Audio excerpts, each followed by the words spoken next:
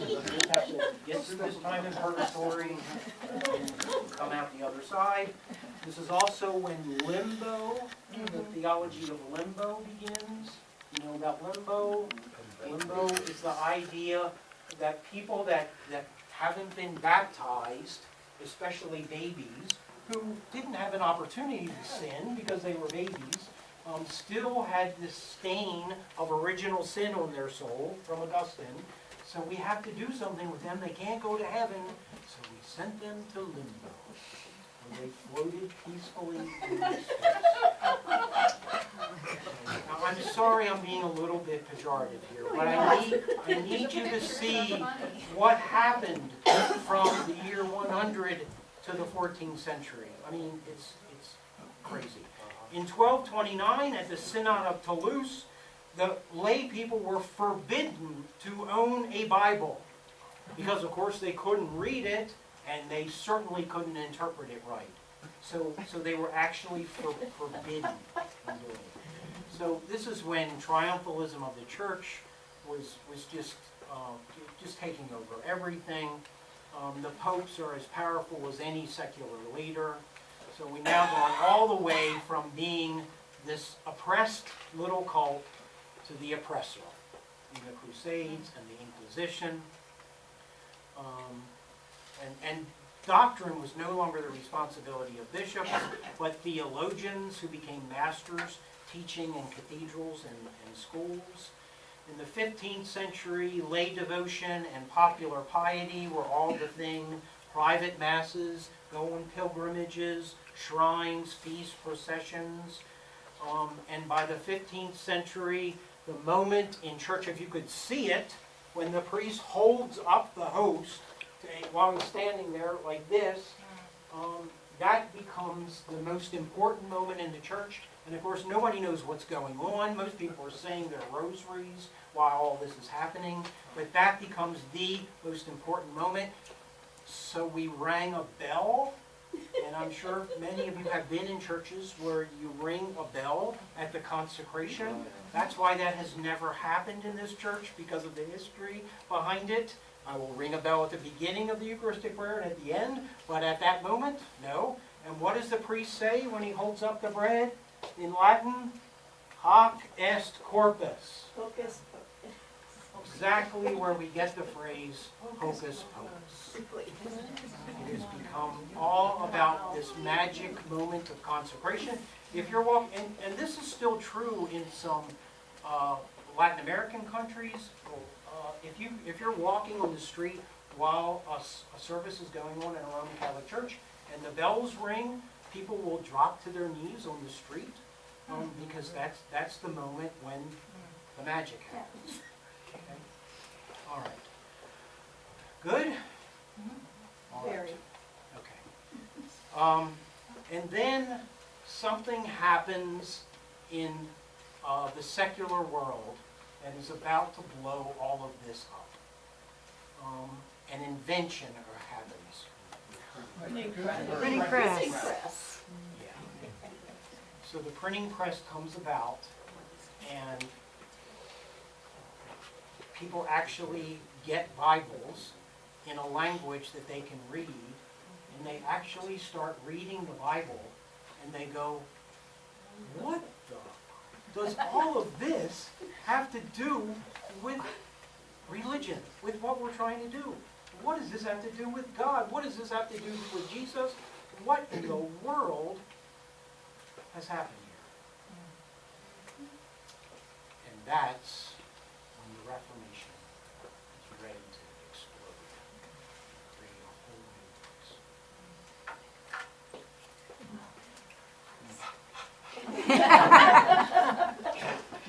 Okay, so what can I answer for you in the midst of all of that? We have 8 minutes. Karen. So people were doing their rosaries. I'm assuming that they were doing the rosary in their own language? Yes. Okay, and that was okay. That was like separate from the church? So everything was about private reflection and private prayer and saving yourself. This whole idea of group dynamic totally changed in the church. So it was all about taking care of your own soul, So that's what, which was also a major move from what was going on in the early church. So yes, people were encouraged to do that, to save themselves. But you were still encouraged to go to church? Sorry, to be with the group? Yes, you absolutely had to go to church. That was part of it. But you just sat there and watched this magic person do the thing behind And the gave screen. money. I mean, it is. yeah, right. This is Wizard of Oz stuff, and I have to believe that's what some of that imagery is about. Oh, yeah. So it has to be. Would you talk a little bit about when the role of the priest as a dispenser of forgiveness? Yes. What is, Yes. how did that arrive? Yes. So that developed during the early Middle Ages, when there was no world around, and the clergy became the people that had to take care of everyone else. So they became the mediator between God and humanity. So by the year 1100, that is pretty set in stone. That the priest is the one who not only prays for you and not only does the mass for you, but is the conduit for your sins so that you can get rid of them. So by the year 1200, we have all the 7 sacraments, and confession becomes one of those sacraments so that you can do that. And to this day, that is another major difference between Protestantism and Roman Catholicism. In Roman Catholicism, the priest is the mediator between God and the people. The only way that you can connect to God through Roman Catholicism is the priest. And in Protestantism, the idea is that people can get to God through themselves, that they don't need a priest as a mediator. A priest has a very different role. So, when you do this, Yes. what is the concept there? When in the service that you Yes. offer, what is the concept? I don't Yeah. understand. Yes. So are you talking about confession specifically? And absolution. Okay. What is the concept there? Okay. Are you, So what we've tried, and we'll obviously go into this more in later sessions, but what we've tried to do is recapture the understanding of corporate sin. That as a people, we've probably screwed up more than we are as individuals, and the whole idea of us disconnecting ourselves from God and creation and all of that, we try to do that by having a corporate confession that we all do together and talk about how we've screwed up as humans and what we need to do to protect ourselves. So absolution in the midst of that is what can we all do together to reconnect ourselves with God. So we do this prayer of confession, and that's the way that we link ourselves back directly to God. sorry, I guess I really am trying to understand in the Episcopal Church Yes. and the church, is this more on the Protestant side or is it still on the Catholic? In other words, Yes. do you as priest receive, in your understanding, the ability to absolve through God, or does God freely give this to people without your intercession? We are much closer to the Protestant side on this than we are the Catholic. And where we're going in all of this, and we're going to talk about this a lot in class 4, okay? We're half Catholic and half Protestant. We've tried to hold on to the parts of Catholicism that we think are valuable, but we embrace the Reformation with everything we have. So in this particular case, I never understand myself as a conduit between you and God. Never.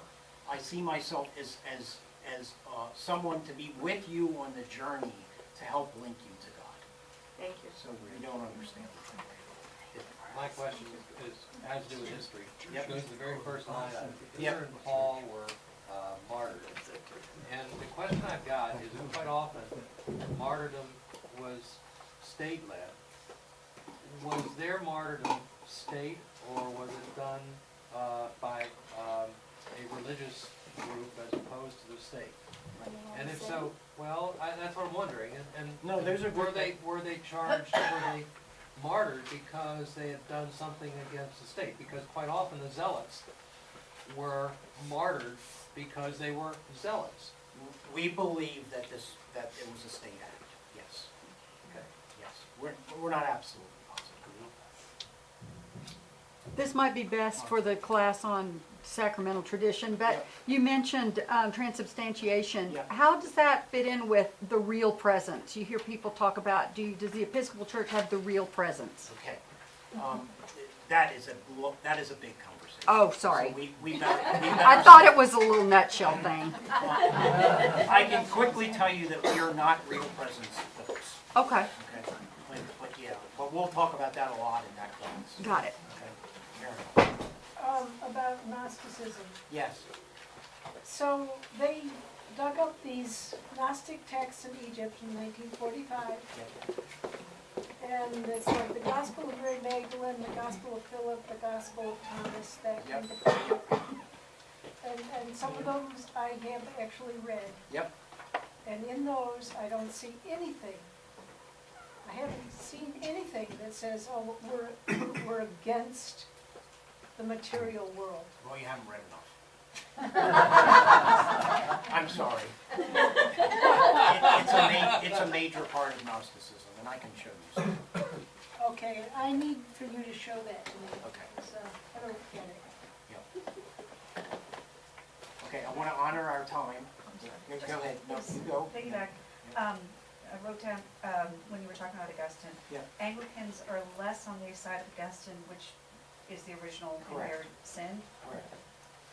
So what was the other, Pelagius this is Pelagius? Pelagius is the other person. So here, take a monstrance and the Pelagian pigs and the Augustinian pigs, because there's a lot of theology. Okay, thank you, that's what I was wondering. Thank you.